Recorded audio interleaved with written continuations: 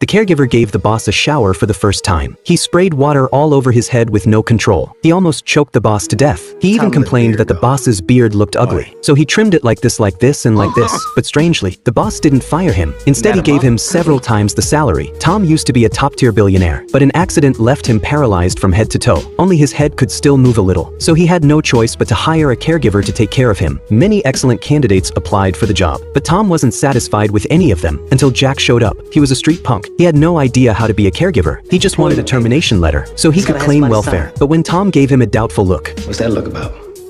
Don't judge me, I ain't judged you." that one sentence made Tom decide to keep Jack. But Jack was completely unreliable. He even spilled food on Tom's clothes while feeding him during massage training. He only cared about staring at pretty women. Even when he tried to lift Tom into the wheelchair, he almost dropped him. But none of that bothered Tom. When Jack took him on a wild drive to clear his head, Tom showed a long-lost smile on his face. Then they went to an art gallery. When Jack found out a single painting was worth $800,000, he was completely shocked. He even thought he could paint something better. Sure enough, a few days later, Tom showed Jack's new painting in front of everyone. There's something very passionate. Postmodern. Jack felt encouraged after hearing that. He was ready to become a modern artist.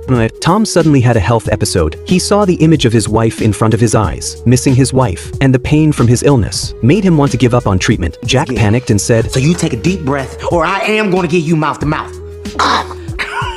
On the empty street at dawn, Tom opened up to Jack for the first time. He had lost his beloved wife while attempting an extreme sport. That became the pain of his life. To lift Tom's mood, Jack took him out for food. When the waiter instinctively asked Jack told him to ask Tom instead, to treat Tom like a regular person. They bought all the hot dogs and laughed and ate together, like old friends who had known each other for years. On Tom's birthday, his assistant wanted to surprise him, so she gathered a crowd for a party. But Tom got really mad at her. He didn't want to feel like a clown, being surrounded by people. That's when Jack couldn't take it anymore. He thought Tom shouldn't waste everyone's kindness, so he angrily smashed the pager and knocked the gifts off the table. When Jack saw Tom staring at the wine, he picked it up and asked, "You wanna break this?"